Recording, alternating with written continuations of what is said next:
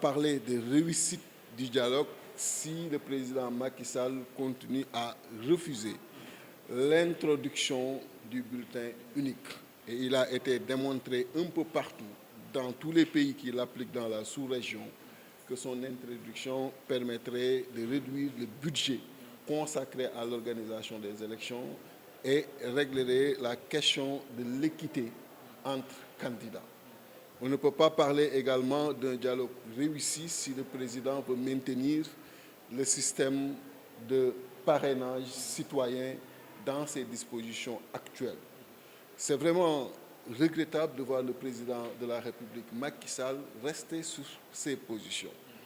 Et si vous faites un rapprochement entre la loi qui a été votée le 25 juin 2021, la loi sur le terrorisme, où il s'est délibérément donné la possibilité de qualifier d'actes terroristes certaines bavures donc découlant de manifestations de l'opposition.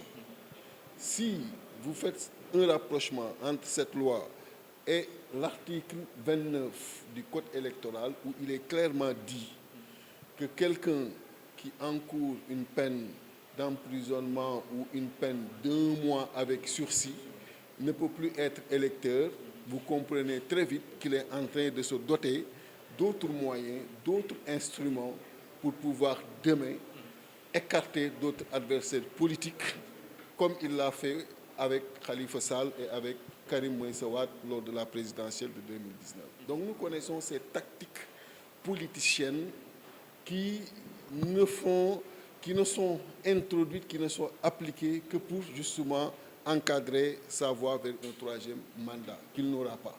Donc il y a lieu de lui rappeler que ce pays nous appartient. L'opposition a fait énormément de consensus. On n'était pas obligé de donner suite à son appel au dialogue politique. On n'était pas obligé, après les événements du 3 mars, d'arrêter la pression dans la rue. Et pourtant, quand les chefs religieux se sont mobilisés, on a tout laissé et on lui a remis un mémorandum dans lequel il y avait 10 points. Et pas mal parmi ces points qui y figurent ont été satisfaits. Pour dire que lui, il a décidé volontairement de fermer la porte du dialogue. Et quand tu fermes la porte du dialogue, tu ouvres en même temps la porte de la confrontation.